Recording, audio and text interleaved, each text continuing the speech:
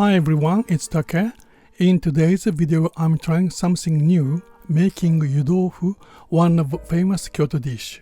If you enjoy this kind of content, don't forget to give it a thumb up and watch until the end. Let's get started. Did you know tofu has an incredibly long history? In Japan, soybeans, the key ingredient in tofu, has been around since the Jomon period, which dates back as far as 13,000 years ago. This means soybeans have been part of Japanese life for thousands of years. It is believed that tofu came to Japan from China area way back in the 6th century. Around the same time, Buddhism was officially introduced 538 AD, to be exact. It was part of the broader wave of continental food culture that came along with it. So when does tofu show up in Japan?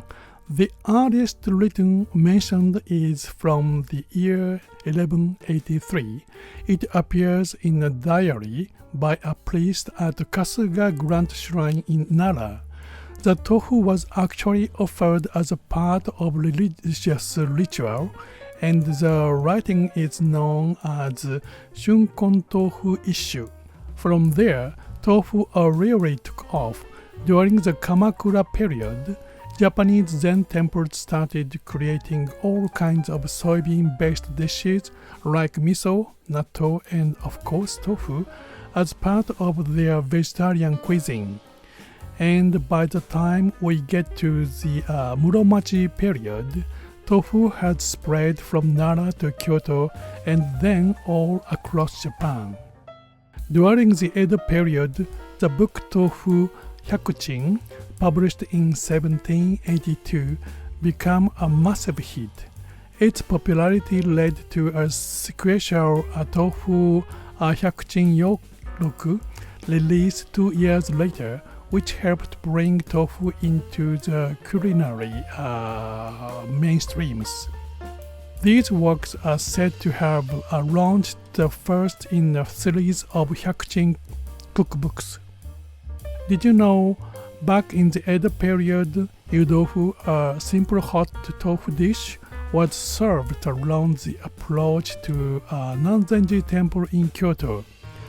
One place that became especially famous for its Yudofu in順正書院, a former medical academy built in 1839 by Shingu Ryotei, a Dutch scholar. Even today, it's a popular stop for people visiting Nanzenji temple.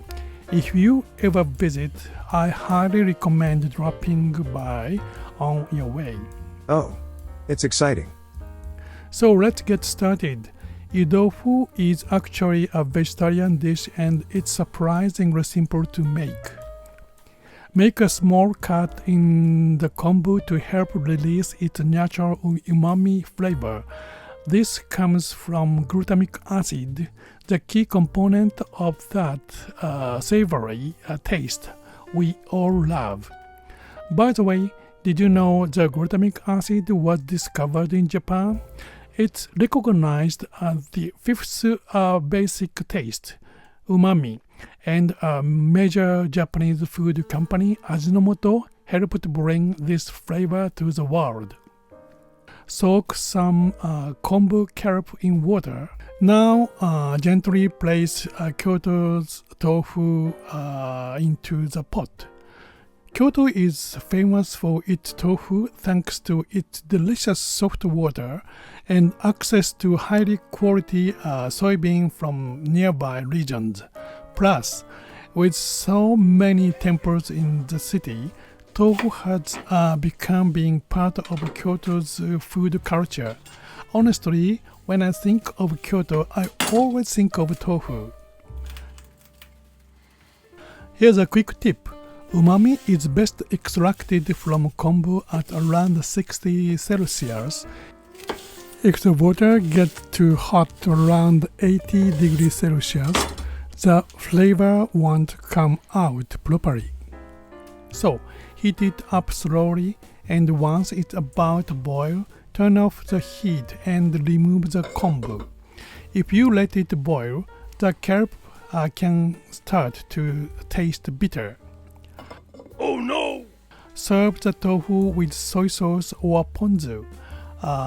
It's just simple and incredibly tasty. Why not give it a try? If you are curious about the tofu making process, I've dropped the link in the description, so be sure to check it out. One note, the tofu in that video is on the softer side, so if you're making tofu specifically for Yudofu, you might want to adjust the coagulant to make it a bit firmer. Wow! Thanks so much for watching. If you enjoyed this video, please consider subscribing.